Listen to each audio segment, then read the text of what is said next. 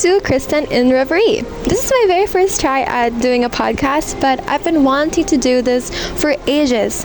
The fact that I have time now is very important to me, which is why I want to make this whole experience special for both you and I. Now, before we go any further, I actually want to share a little fun fact about the title, because Reverie actually means daydream or air castle, which I find really fun because I'm a big daydreamer myself, and castle is actually castillo, or castillo is actually castle in Spanish, which is my last name. Now, this podcast will be an exclusive look on who exactly is behind the name Christen Castillo. That's me, an introduction to you, and a way for me to explore myself more and get to know myself more.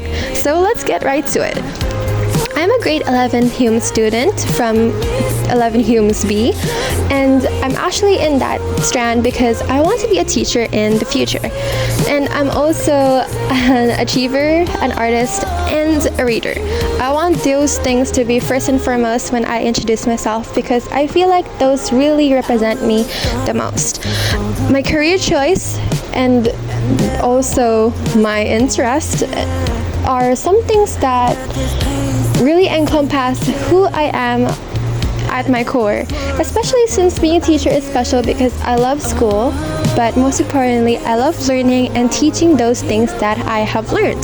School has been an outlet for me to become more creative and also for me to grow out of my shell and become confident. School has also led me to a lot of my passions, mainly reading, writing, and graphic design or digital art. It is thanks to my English teachers in both elementary and in junior high school that I discovered reading and writing respectively, and it also have become major aspects of my personality and my identity, because I have over like 60 books and I'm aspiring to have more books, and you can just basically see me on my phone reading all day. And in terms of graphic design, I've discovered it just last year, and it was thanks to my MAPE teacher who gave us this project on making some edits online. And ever since then, I've been really venturing out in terms of digital editing or graphic design, as I said. And even now, I have a lot of projects that I'm able to apply the skill that I've just learned. And that's kind of the reason why I love school so much, because it's just a big thing or big outlet for me for all the creativity that spurns around me. Besides those hobbies, I also love crocheting, which is something I actually picked up on from my friends. Crocheting is another creative outlet for me. If you haven't noticed before, I'm a very big on multi-passionate things. I'm a multi-passionate person. And like Albert Einstein said, creativity is just intelligence having fun.